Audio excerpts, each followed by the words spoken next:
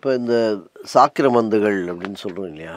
So அந்த அருட்சாதனங்கள்ன்றது வந்து எல்லா டினாமினேஷன்லேயும் இருக்குது. ஈவன் கேத்தலிக்ஸ்க்கும் இருக்குது. அப்போ இந்த திருவிருந்து ஞானஸ்நானம்னு வரும்போது வந்து அதுக்கு தனியாக ஒரு முத்திரை குத்துறாங்க. அதில் சில இடங்கள் ரொம்ப இது என்னன்னாக்கா, திருவிருந்து எடுக்கணும்னா ஞானஸ்நானம் எடுத்தே ஆகணும், இல்லைன்னா எடுக்கவே முடியாது அப்படின்னு வந்து வருது. நான் என்னுடைய இதில் அனுபவத்தில் நான் வந்து இதுக்கு நம்ம எருசலேம் ட்ரிப்பு போகும்போது, அப்போ நான் வந்து மோகன் சிலாஸ் அண்ணன் அவரோட தான் நான் போனேன்.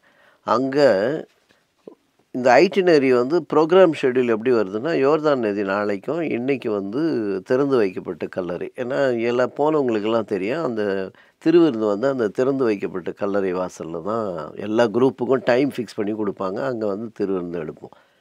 அப்போது ஒரு சின்ன பையனை கூட்டிகிட்டு வந்தாங்க, மகனை. அவனுக்கு வந்து ஞானஸ்நானம் வந்து யோர்தான் நதியில் கொடுக்கணுன்னு அவங்க பெற்றோருக்கும் ஆசை, அந்த பையனுக்கும் ஆசை. ஆனால் அது அடுத்த நாள் ப்ரோக்ராம் ஷெட்யூலில் அடுத்த நாள் வருது. அப்போ இன்றைக்கி அவன் திருவிருந்தை மிஸ் பண்ணிவிடுவானேன்னு அந்த பேரண்ட்ஸ் வந்து அண்ணன்ட்ட கேட்டாங்க, என்ன பண்ணலாம் அண்ணன் அப்படின்னு. அப்போ அவர் சொன்னார், தம்பியை கூப்பிட்டு கேட்டார், நீ வந்து இயேசு கிறிஸ்துவ உன் சொந்த ரட்சகராக ஏற்றுக்கிட்டேன். இப்போ வந்து நாளைக்கு வந்து உன்னை இதுதான் ஞானஸ்தானம் எடுக்கும்போது இதெல்லாம் கேட்பாங்க, அதெல்லாம் விட்டு விடுகிறாய், ஏன்னா இப்போ கேட்குற அதெல்லாத்தையும் விட்டுருவியா அப்படின்னு. விட்டுருவேன் வந்து நெல்லுன்னு சொல்லி அவனுக்கு வந்து திருவிருந்து கொடுத்தாரு. அது வந்து எனக்கு அது சரி என்று தோன்றியது. ஏன்னா இப்போ என்ன ஆயிடுச்சுன்னா, அவங்கவுங்க ஒரு தீவிரவாதி லெவலுக்கு வந்துட்டாங்க. எங்கள் இதில் இப்படி தான் அப்படி தான்ற மாதிரி ஆயிடுச்சு. நானே ஒரு முறை வேளாங்கண்ணிக்கு போகும்போது அன்றைக்கி திருவிருந்து ஆராதனை நடந்துகிட்ருக்கு. அப்போ நான் அங்கே உள்ளே போய் நிற்கும்போது எனக்கு தெரியாது, அது நாக்கு நீட்டினு தான் அதில் வந்து அப்பத்தை வைப்பாங்கன்றது எனக்கு தெரியாது. நம்ம எப்போதும் கை நீட்டுற மாதிரி நான் கை நீட்டுறத பார்த்த ஃபாதர் வந்து ஓகே இவர் வெளியாள் போல இருக்குன்னு சொல்லிட்டு நீ வெளியே போன்ட்டார்.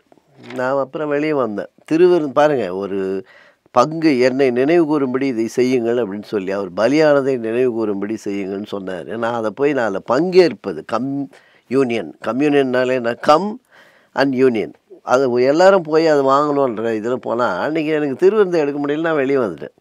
அதனால் இப்போ நான் வந்து உங்கள்கிட்ட என்ன கேட்குறேன்னாக்கா, திருவிருந்தில் பங்கேற்க ஞானஸ்நானமா இல்லை ஞானஸ்நானம் பெற்றால்தான் திருவிருந்தா? இரண்டும் இரண்டு விதமான செயல்பாடுகள், திருச்சபை செயல்பாடுகள் அல்லது சாக்கிரமந்துகள்னு சொல்லலாம்.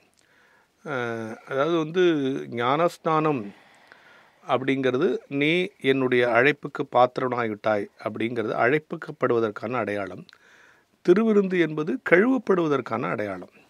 இப்போ அழைப்பு என்பது ஒரு முறை நிகழும், கழுவுதல் என்பது தினம் தினம் நிகழும். ஆனால் அடிக்கடி ஆபோசனம் எடுக்கிறோம்ல, அடிக்கடி பாவம் செஞ்சால் பாவ மன்னிப்பு கிடைக்கணும், பெற்றுக்கொள்ளணும், அவரை நினைவு கூறும்படி இதை செய்யுங்கள்னு சொன்னேன். இன்னொன்று, அவரை ஏற்றுக்கொள்ளுகிற எல்லாரும், அவரை நம்புகிற எல்லாரையும், அவரை விசுவாசிக்கிற எல்லாரும் அவருடைய பந்தியில் சேர தகுதியானவர்கள். ஞானஸ்நானம் என்பது தேவையா தேவையில்லையா என்பதல்ல, அது இருந்தால் தான் இதுன்னு அப்படி இல்லை.